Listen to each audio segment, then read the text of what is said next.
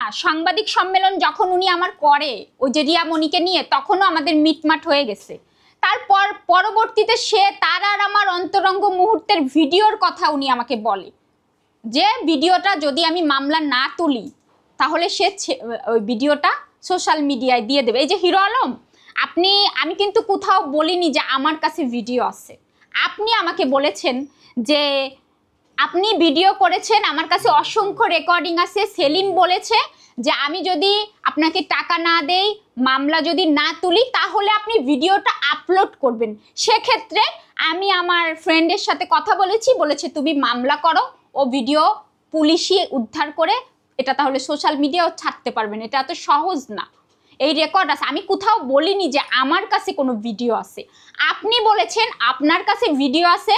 আমি যদি আপনার মামলা না তুলি, আমি যদি আপনাকে টাকা না দেই, তাহলে আপনি এটা সোশ্যাল মিডিয়া ছেড়ে দিবেন, লিক করে দিবেন। আপনাকে যে সাংবাদিক প্রশ্ন করেছে আপনি বারবার এড়িয়ে গেছেন, বলছেন ওকে দেখাইতে বলো। আমি কিভাবে দেখাবো? আমি তো ভিডিও করিনি, আর আমি তো আপনাকে থ্রেট করিনি। ভিডিওটা আপনি সেলিম করেছেন,